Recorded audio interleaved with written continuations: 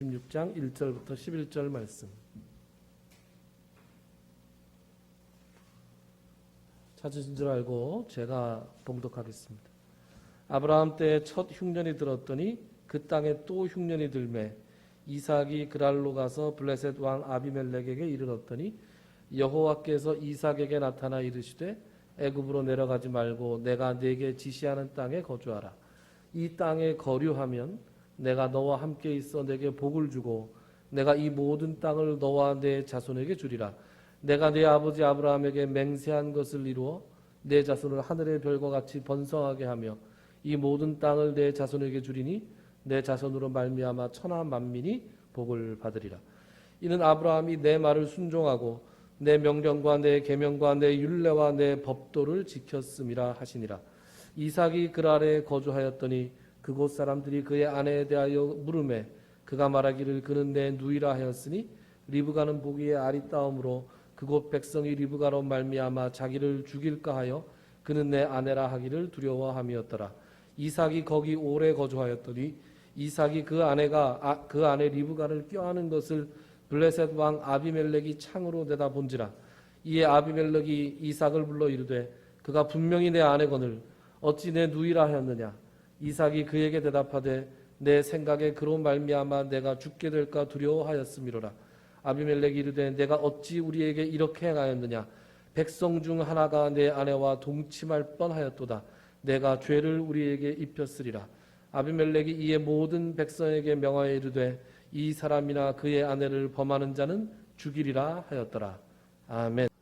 창세기 26장은 이삭이 주인공으로 등장하는 온전히 이삭이 주인공으로 나오는 유일한 한 장이에요. 제가 이삭을 처음 소개할 때 사건 사고가 별로 없는 사람이다. 평탄한 삶을 산 사람이다. 그런 말씀을 드렸죠. 26장은 이삭이 주인공으로 나오는 처음이자 마지막 장입니다. 그런데 오늘 1절은 이런 말씀으로 시작하죠. 아브라함 때 첫 흉년이 들었더니 그 땅에 또 흉년이 들었다. 이렇게 시작합니다. 여기서 그 땅이란 가나안 땅 전체를 이야기합니다. 그러니까 지금 계속 읽어볼게요. 1절에 보면 이삭이 그랄로 가서 블레셋 왕 아비멜렉에게 이르렀다 그랬습니다.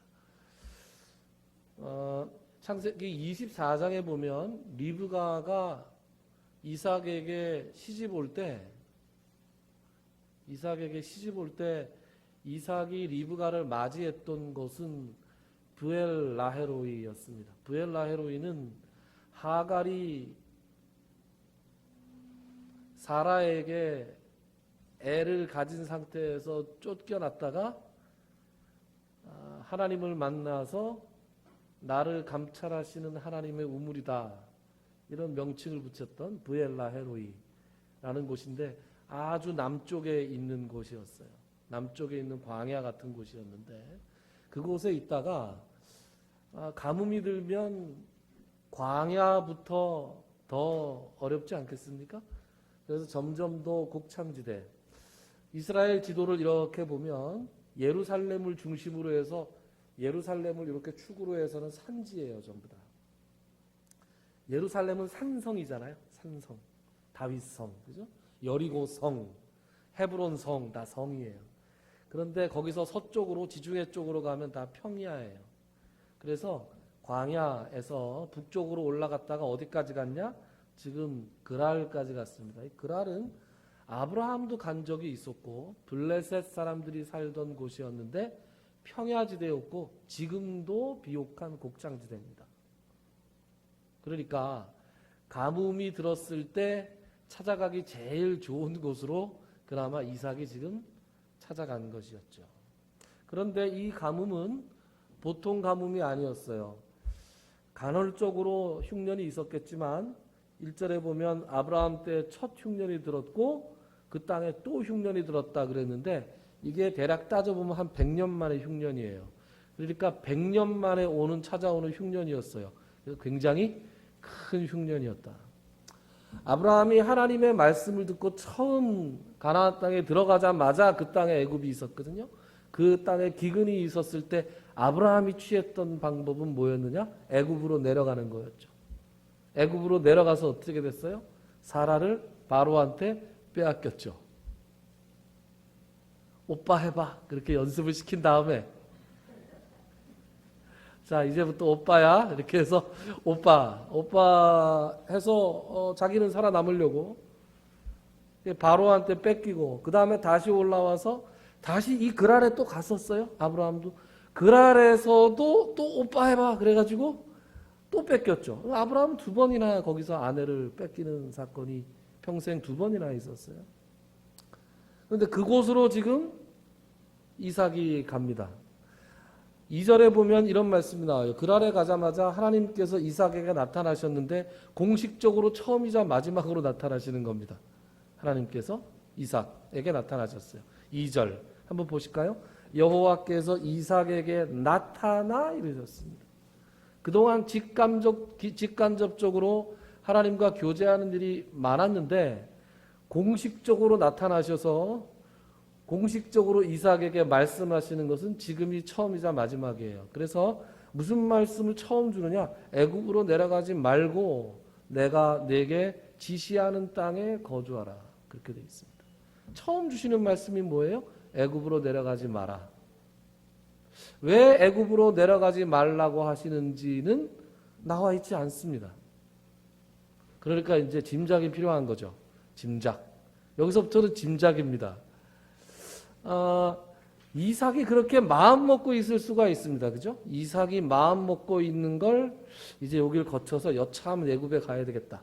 이렇게 마음 먹고 있는 걸 하나님께서 알고 계셨을 수도 있고 그 아버지 아브라함이 애굽으로 내려갔었잖아요. 그래서 아버지를 따라갈까 봐 하나님께서 그랬을 수도 있고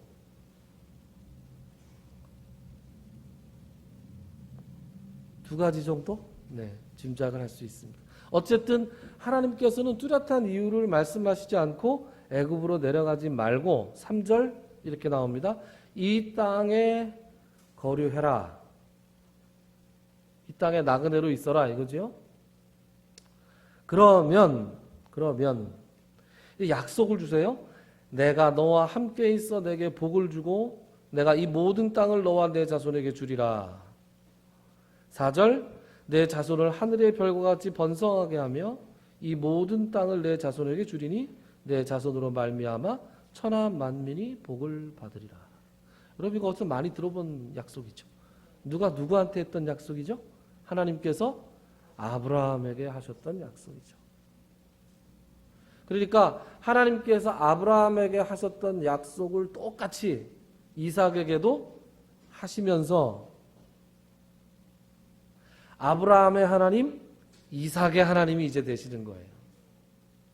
왜 아브라함의 하나님, 이삭의 하나님, 야곱의 하나님이라고 부른다고 했죠? 하나님께서 직접 나타나셔서 자손과 땅의 약속을 하신 사람이 아브라함, 이삭, 야곱 셋밖에 없어요. 계약 당사자이기 때문에 하나님과 언약을 맺은 당사자가 세 사람이기 때문에 항상 아브라함의 하나님, 이삭의 하나님, 야곱의 하나님 이렇게 부르는 거예요. 아무리 위대한 사람이 있어도 요셉의 하나님, 모세의 하나님 이렇게 부르지 않습니다. 언약의 당사자. 그래서 언약의 두 번째 당사자가 지금 이삭이 됩니다. 그래서 하나님께서 그렇게 명령하셨기에 이제 이삭이 6절에 보면 이삭이 그랄에 거주하였다 이렇게 되어 있습니다.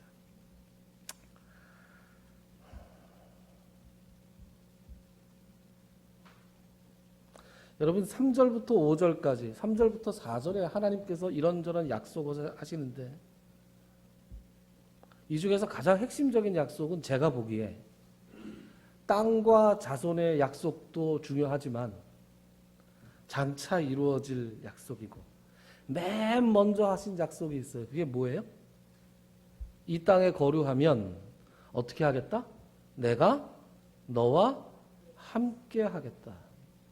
이게 지나가는 말처럼 우리말 성경에는 내가 너와 함께 있어 내게 복을 주고 이렇게 되어 있지만 원문에서는 내가 너와 함께 있겠다. 그리고 내가 너에게 복을 주겠다. 이렇게 되어 있어요. 그러니까 하나님께서 애굽으로 내려가지 말고 지금 이 땅에 있어라. 그러면 내가 너와 함께 하겠다라는 복을 먼저 주셨어요. 제일 먼저 주신 복이 내가 너하고 함께 하겠다.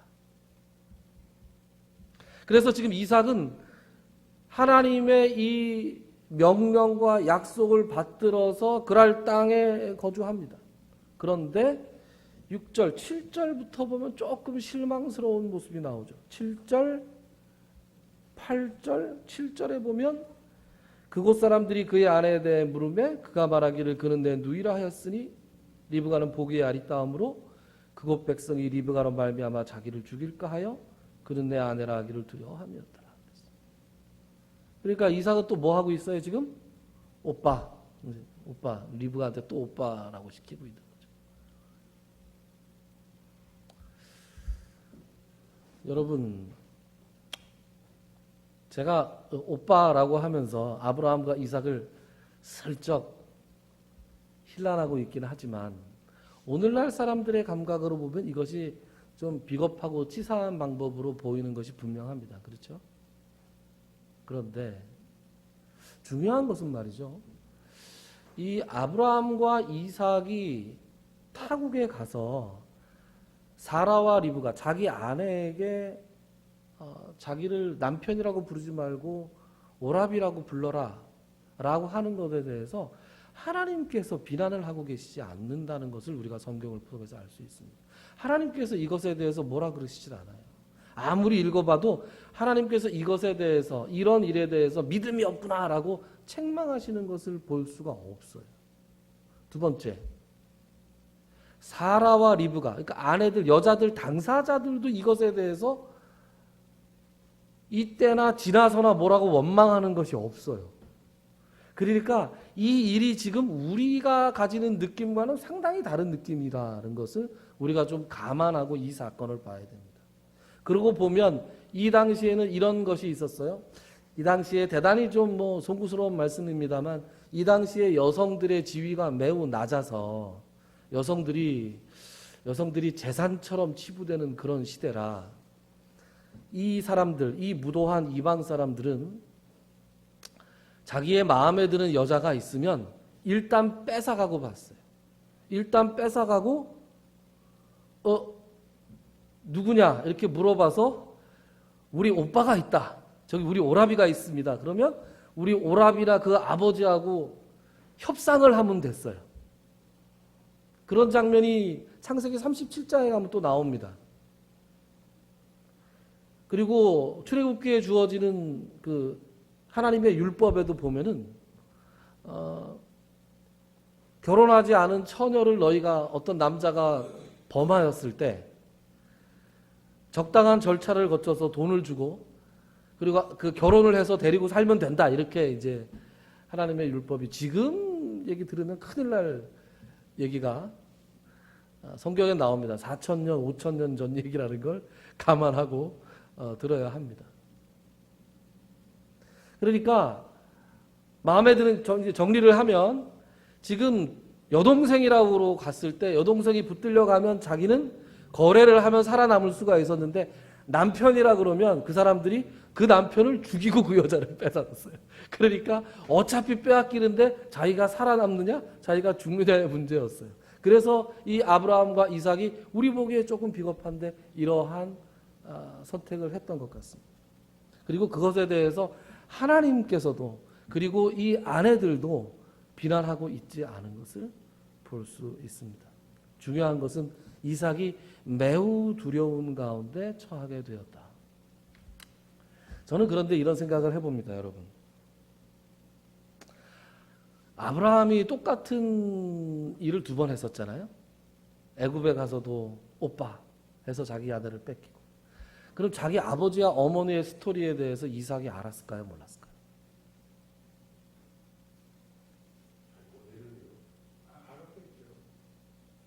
알았을까요? 몰랐을까요? 몰랐으면 이 성경은 누가 전했을까요? 아브라함의 일을 이삭이 몰랐으면 이 이야기가 우리에게 어떻게 전해졌을까요? 그러니까 이삭이 알았을 가능성이 99.9%다. 그죠? 그렇죠. 예. 그러니까 아니 그러면 우리가 이렇게 생각해 볼 수 있잖아요. 자기 아버지가 똑같은 상황에서 똑같이 처신을 했고 똑같이 했을 때 하나님이 놀라운 능력으로 구원해 주셨다는 것을 들었잖아요. 이삭이. 들어서 알고 있으면 그리고 하나님께서 이삭이 그랄에 갔을 때 나타나셔서 너 지금 여기 있어라. 여기 있으면 첫 번째 뭐예요? 내가 너와 함께 할 것이다. 이렇게 약속을 했으면 아멘 하고 거기에 머물고 그럼 두려움 없이 거기에 있었어야 되잖아요. 그렇지 않습니까? 그런데 이삭은 여전히 두려워하고 있고 여전히 자기 아버지가 했던 일과 똑같은 일을 하고 있습니다. 도대체 왜 그랬을까요?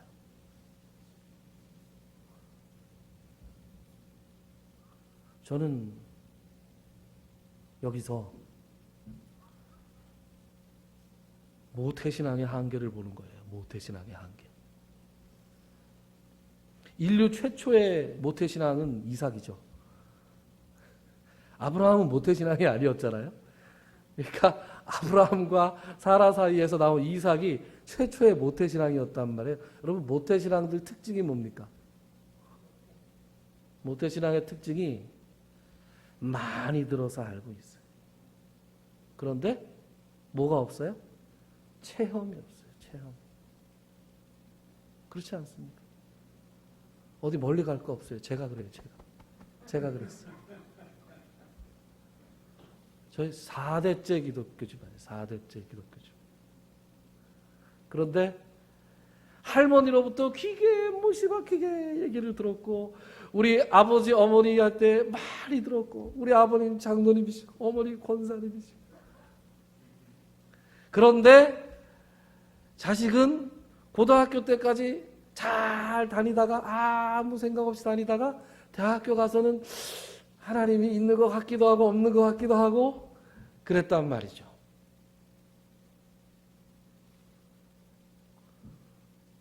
여러분 신앙이라는 건 듣는 신앙은 한계가 있어요. 그렇지 않습니까? 배우는 신앙은 한계가 있어요. 누가 그랬다더라. 우리 아버지가 그랬다더라. 이것은 그런가 보다 라고 하지만 막상 그것이 자기의 문제가 될 때 그 들은 것만으로는 그 상황을 이겨낼 힘이 나오지 않는 거예요. 그래서 하나님께서는 말이죠. 하나님께서는 이 흉년을 맞이해서 100년 만에 찾아오는 흉년을 맞이해서 이삭이 그랄로 갔을 때 애굽으로 내려가지 말고 거기에 머무르라 라고 말씀하시면서 하나님께서 가지신 의도는 말이죠. 이삭, 이 들어서만 알고 있는 신앙을 가진 이 잔잔한 신앙을 갖고 있는 여러분 이삭이 기도하는 거 우리 24장에서 봤잖아요. 리브가가 저 멀리서 오고 있을 때 이삭이 뭐 하고 있었어요? 이삭이 뭐 하고 있었어요? 들판에 나가서 묵상하고 있었죠. 묵상. 제가 부목사 시절에 8월 달쯤 7월 달쯤 이제 교역자들 휴가를 주잖아요. 수련회 같은 거 끝나고 나면 이제 휴가를 줍니다. 담임 목사님께서 김 목사 휴가 때 뭐 하나 그랬더니 기도원에 가려고 그럽니다. 그래 어디? 어디 가서 조용한 데 가서 조용한 데서 기도 좀 하고 오려고요. 그랬는데 저희 담임 목사님께서 저한테 뭐라 그랬냐면 그 조용하게 기도하는 것도 좋은데 아각대고 기도 좀 해야 돼. 그러시더라고요. 나중에 나이 더 먹고 담임 목사 되면 어디 가서 손 들고 눈물 콧물 흘리면서 기도 못한다. 그러시더라고요. 젊었을 때 기도해야 돼. 그 말씀이 그때는 잘 몰랐어요. 근데 지금은 좀 알겠어요. 여러분 손 들고 막 기도할 때 있죠. 물론 그런 기도의 부정적인 측면도 있어요. 그런데 그렇게 간절히 기도할 때는 막 은혜를 사모하고 뜨겁고 막 그렇잖아요. 그죠? 그런 뜨거운 사람들의 특징이 뭐예요? 경험이 있는 거예요. 체험이 있는 거예요. 다른 사람에게는 설명할 수 없는 그 사람만의 경험이 특별히 있는 거예요. 그래서 그들에게는 뜨거운 기도가 있는 거예요. 그런 뜨거운 기도를 거쳐서 잔잔하게 간 사람하고 처음부터 그냥 잔잔하게만 한 사람하고는 신앙생활 하는데 차이가 있습니다. 성경에 차이가 있다고 꽝 하고 나오는 것 같진 않아요. 그냥 제 경험적으로 임상적으로 그렇다라는 말씀을 드립니다. 그래서 제가 오늘 이 2절에서 하나님께서 이삭에게 나타나서 너 애굽에 가지 말고 내가 지시하는 땅에 거류하면 내가 너하고 함께 하겠다라고 말씀하실 때 특별한 이유가, 특별한 의도가 있다고 느껴지는 거예요. 내 이 모태신앙 이삭, 들어서만 알고 있는 이삭에게 내가 분명한 체험을 줘야 되겠다.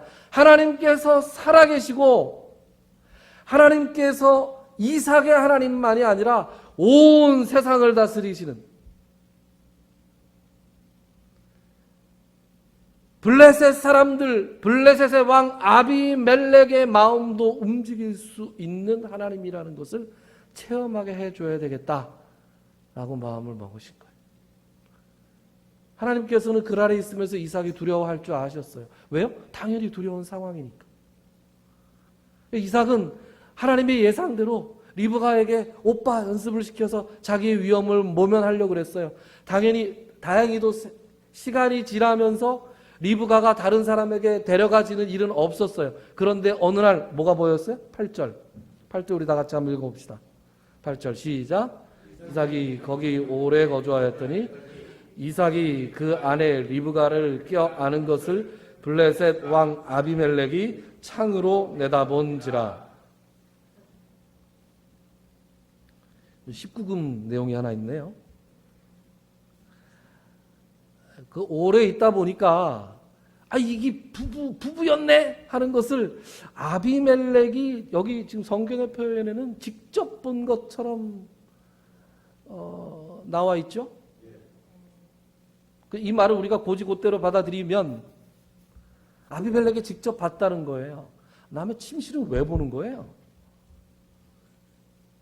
제가 보기엔 아비멜렉에게 상당히 은큼한 마음이 있었다라고 생각합니다.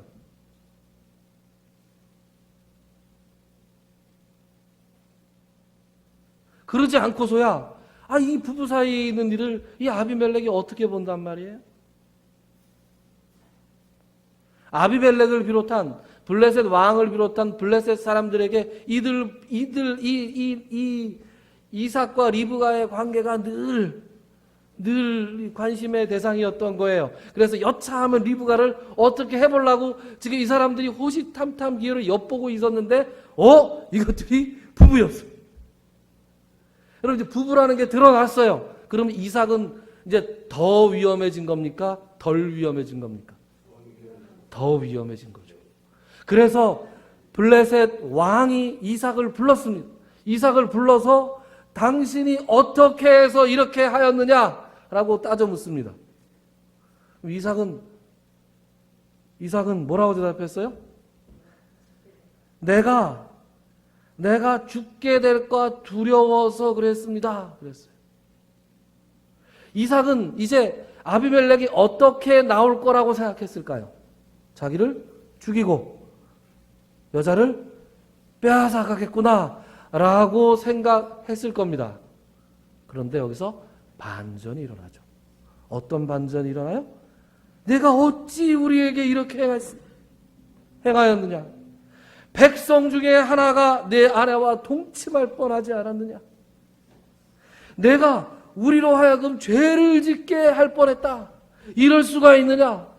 아니, 자기가 죽을 줄 알았는데 아비멜렉의 입에서 나오는 말이 너무나 뜻밖이에요. 그리고 그 다음에 나오는 말은 더 기가 막힙니다. 아비멜렉이 이에 모든 백성에게 명하여 이르되 이 사람이나 그의 아내를 범하는 자는 내가 죽이겠다. 이렇게 포고를 합니다. 여러분, 이게 어떻게 가능했을까요? 하나님께서 이삭과 함께 계시죠. 이삭과 함께 하신 하나님이 아비말렉의 마음을 움직이셔서 가능했던 거죠.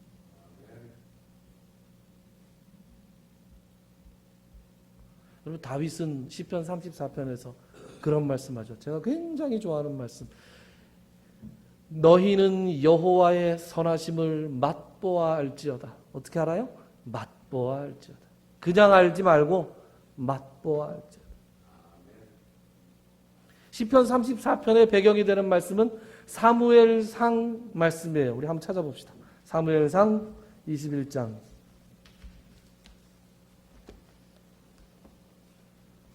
졸릴 때쯤 되면은 제가 성경을 한 군데 찾자고 그렇게 말씀을 드리죠. 사무엘상 21장 구약성경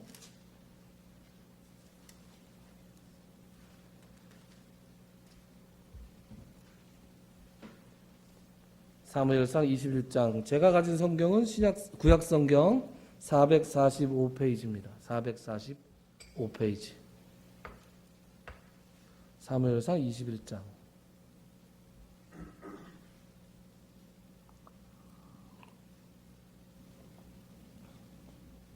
찾으셨습니까? 예. 배경 설명을 좀 드릴게요.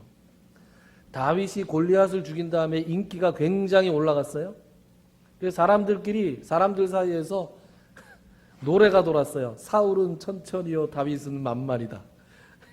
사람들이 참 다윗 입장이 어떻게 되겠어요? 사울이 1000명을 죽였으면 다윗은 10,000명을 죽였다. 그러니까 다윗의 인기가 막 올라갔어요. 그럼 사울에게 눈에 가시 오겠죠. 그래서 사울이 자기 딸을 다윗에게 주고 자기 사위를 삼았음에도 불구하고 다윗을 죽이려고 합니다. 다윗을 몇 차례 죽이려고 했을 때 다윗이 도망을 가죠. 그럼 어디로 도망을 가야 됩니까? 이스라엘에서 도망 나왔으면 어디로 가야 됩니까? 그렇죠. 적은 나의 아군이다. 그래서 자기가 죽였던 골리앗, 그 골리앗의 고향인 블레셋 가드로 갑니다. 정치적인 망명을 하기 위해서죠. 거기 가면 혹시 나를 살려줄지도 모르겠다. 그렇게 사울의 손을 피해서 블레셋 가드로 도망을 갑니다. 그 사건이 10절부터 15절까지 나오는데 이근섭 장로님께서 읽어주시겠습니다. 10절부터 15절입니다. 그날에 다윗이 사울을 두려워하여 일어나 도망하여 가드왕 아기스에게로 가니 아기스의 신하들이 아기스에게 말하되 이는 그 땅의 왕 다윗이 아니나이까 우리가 춤추며 이 사람의 일을 노래하여 이르되 사울이 죽인 자는 천천히요 다윗은 만만이로다 하지 아니하였을까 한지라 다윗이 이 말을 그의 마음에 두고 가드왕 아기스를 심히 두려워하여 그들 앞에서 그의 행동을 변하여 미친 채 하고 대문짝에 그 적거리며 침을 수염에 흘리매 아기스가 그의 신하에게 이르되 너희도 보거니와 이 사람이 미치광이로다 어찌하여 그를 내게로 데려왔느냐 내게 미치광이가 부족하여서 너희가 이 자를 데려다가 내 앞에서 미친 짓을 하게 하느냐 이 자가 어찌 내 집에 들어오겠나 하니라. 아멘. 다윗이 자기를 살려줄 줄 알고 갔는데 신하들이 아니 다윗을 잊어버렸냐고. 골리앗 죽인 사람 아닙니까? 이스라엘 사람들이 다윗을 영웅으로 삼으면서 사울은 천천히요 다윗은 만만히요 했던 그 사람이 아닙니까? 어떻게 이런 사람을 우리가 살려둘 수 있습니까? 그래서 왕이 결정을 보류하고 야 이거 적의 적은 난데 적의 적은 우리 편인데 다윗을 내 밑에 두면 좋을 것 같은데 욕심을 부렸다가 신하들의 말을 듣고 살짝 헷갈리고 있습니다. 그런데 그 말을 듣고 있던 다윗은 섬뜩했겠죠. 호랑이 아가리에 목을 들이대고 있는 겁니다. 지금 도망갈 수도 없어요. 그렇죠? 그래서 어떻게 합니까? 제가 죽게 생겼습니다. 그래서 무슨 꾀를 내느냐? 미친 척하는 꾀를 냅니다. 방법이 없어요. 그래서 뭐라 그래요? 여기 보니까 미친 척하고 대문짝에 그적거렸다. 이게 무슨 말이냐 하면 아무데나 벽 같은데 사람들이 보면 이렇게 가서 그냥 뭐 이렇게 글자를 뭐 이렇게 쓰는 척하는 거예요. 계속 저 뭘 쓰나 그러면 이상하게 눈동자도 이상하게 해서 이렇게 쓰기 시작하고, 그리고 가만 보면 침을 이렇게 흘리는데 수염에 침이 이렇게 흘러가 있어요. 그런데 여러분, 그 미친 채 하는 거 말이에요. 미친 채 하는 게 잘 통할까요? 남자분들 군대 경험, 오래전 경험이시지만 우리 석집사님도 군대 생활 되게 오래 하셨고, 우리 이근섭 장로님도 군대 생활 오래 하셨는데, 의가사제대라고 여러분 아시죠? 의가사제대. 의가사제대가 여러 가지 개인적인 형편으로 복무기간을 다 채우지 않고 일찌감치 제대하는 게 의가사제대잖아요. 근데 그 의가사제대로 하려고 미친 척하는 사람들이 있다 그래요. 뭐 이런저런 이상한 사례들을 제가 많이 들었는데, 얼마 전에 인터넷을 이렇게 보다 보니까 자대 배치 후 일주일 만에 초고속 제대하는 방법 알려드립니다. 이렇게 제목을 써놨어요. 그래서 궁금하잖아요. 탁 클릭을 했어요. 딱 봤더니 이런 건 함부로 공개하면 안 되는데, 훈련소를 마치고 자대 배치를 딱 받으면 좀 피곤하더라도 새벽 3시에 일어나랍니다. 새벽 3시에 일어나서 자기 나름대로의 주문을 중얼중얼 하면서 내무반에서 이제 딱 사람들이 자고 있잖아요. 고참들 순서대로 머리를 이렇게 치고 지나가라는 거예요. 그럼 고참들이 깰 거 아니에요. 그럼 어떻게 되겠어요? 죽기 전까지 패겠죠, 그죠? 일주일만 견디랍니다. 그렇게 계속하면서. 그리고 마지막 일주일째 톡톡 그러면서 한마디 딱 하라는 거예요. 잘 익었으니까 내일은 따야 되겠다.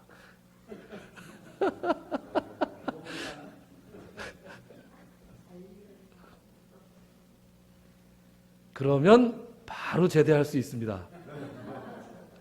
대신에 일주일은 무슨 일이 있어도 견디셔야 됩니다. 우스갯소리죠. 근데 안 되죠. 네. 네. 네. 그래서 네. 네. 네. 그래서 별별 사람들이 다 많아요. 뭐 들어본 사람 그죠? 뭐 똥을 싸서 뭐 어쩌고 뭐 더러운 얘기들 많습니다. 그런데 그게 지금 우리 문장로님께서 말씀하신 대로 의무대에 계셨던 우리 문장로님 말씀대로 잘 안 통합니다. 제가 드리고 싶은 말씀이 뭐예요? 미친 채 하는 게 잘 안 통한다고요. 미친 척 한다고 해서 사람들이 그거에 잘 속아 넘어가 주지 않는다고요. 그런데 다윗이 끄적끄적하면서 미친 채를 하고 수염에 침을 질질 흘리니까 그 왕이 우하하 웃으면서 이 사람이 미친 사람이 아니냐? 내 집에 어떻게 미치광이를 드리겠느냐? 얘 죽이기도 아깝다. 쫓아내라. 이렇게 된 거예요. 그래서 그 다음에 22장 1절에 보면 뭐라고 나오느냐? 그러므로 다윗이 그곳을 떠나 아둘람 굴로 도망갔다. 이렇게 되어 있습니다. 그리고 요 사건을 계기로 해서 그때 겪었던 자신의 심정을 시로 표현한 게 시편 34편이에요. 시편 34편에 뭐라고 나오느냐? 여호와의 천사가 주를 경외하는 자를 둘러 진치고 그들을 건지시는도다. 너희는 여호와의 선하심을 맛보아 알지어다.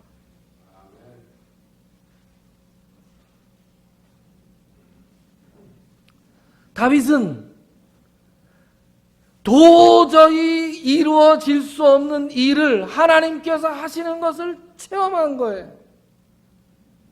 미친 척하는 자기의 연기가 통할 거라고 생각하지 않았지만 하나님을 경외하는 사람은 하나님이 지켜주실 거라는 믿음을 가지고 미친 척하는 연기를 했을 때 하나님께서 블레셋 왕 아기스의 마음을 움직이셔서 하나님을 경외하는 다윗을 건지셨다고요. 그러니 여러분, 저는 여러분들에게도 하나님의 선하심을 맛보아 아는 기회가 있기를 간절히 바랍니다. 여러분들의 삶의 현장에서 하나님의 선하심에 맛보아 알기를 바랍니다. 여러분들이 말씀을 볼 때 여러분들이 영안이 열려서 하나님의 말씀을 깊이 깨달을 수 있기를 원하고, 여러분들이 기도를 할 때 하늘의 문이 활짝 열려서 여러분들의 기도의 제목이 응답받기를 주님의 이름으로 축원합니다.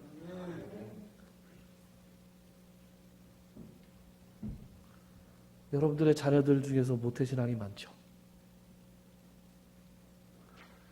여러분들의 자녀가 하나님의 선하심을 맛보아 알게 해달라고 간절히 기도하세요. 들어서 아는 신앙 말고, 배워서 아는 신앙 말고, 자기가 하나님을 직접 만나고 하나님께서 살아계시다는 것을 체험하고, 그래서 다윗처럼 여러분의 자녀들도 다윗과 같이 너희는 여호와의 선하심을 맛보아 알지어다 그에게 피하는 자는 복이 있도다 라고 고백하는 자녀들이 되기를 간절히 바랍니다. 추석이 돼서 일가 친척들이 모이시죠. 하나님의 말씀을 전할 수 있는 좋은 기회인데 그것이 싸움거리가 되는 것이 아니라 혹시 가능하다면 하나님께서 나의 삶에 어떻게 역사하셨는지를 조용하게 간증하는 시간이에요. 그래서 그들에게도 아직 여러분들의 일가 친척 가운데 아직 믿지 않는 사람들이 있다면 하나님의 살아계심을 전할 수 있는 그런 기회가 되게 해달라고 기도하시며 추석 명절을 준비하시는 여러분들이 되시길 바랍니다. 기도합시다. 하나님, 너희는 여호와의 선하심을 맛보아할지어다. 맛보아할지어다. 주님, 우리도 맛보아 알기를 원합니다. 말씀을 읽을 때 하나님께서 커다란 은혜를 주시는 걸 체험하기를 원합니다. 기도할 때 하나님의 영이 우리와 함께 임하는 것을 체험하기를 원하며, 우리의 직장에서, 우리의 인간관계에서 하나님의 살아계심을 우리가 맛보아 알기를 원합니다. 주님, 우리를 주장하시고 우리를 인도하시고 우리에게 은혜를 베풀어 주시옵소서. 예수님의 이름으로 기도드리옵나이다. 아멘. 찬송가 382장. 382장.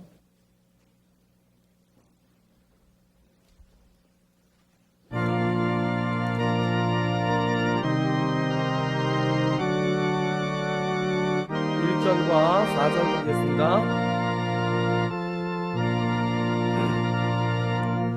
어르신 걱정 말아라. 주 너를 지키리. 주 날개 밑에 거하라. 주 너를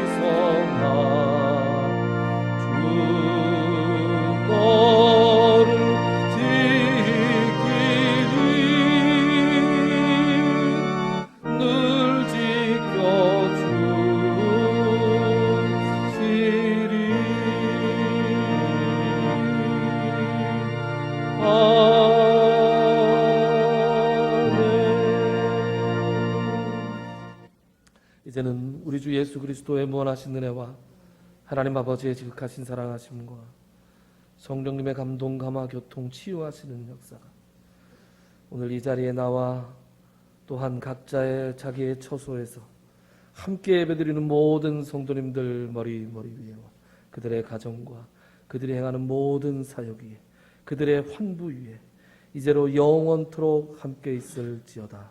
아멘.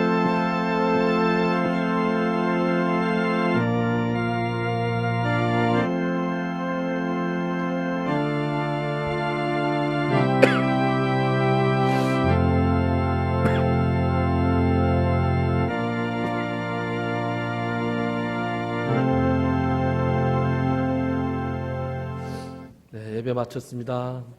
네, 여러분 명절 잘 보내시고요. 네, 명절 잘 보내시고 다음 주에 건강한 얼굴로 다시 뵙겠습니다.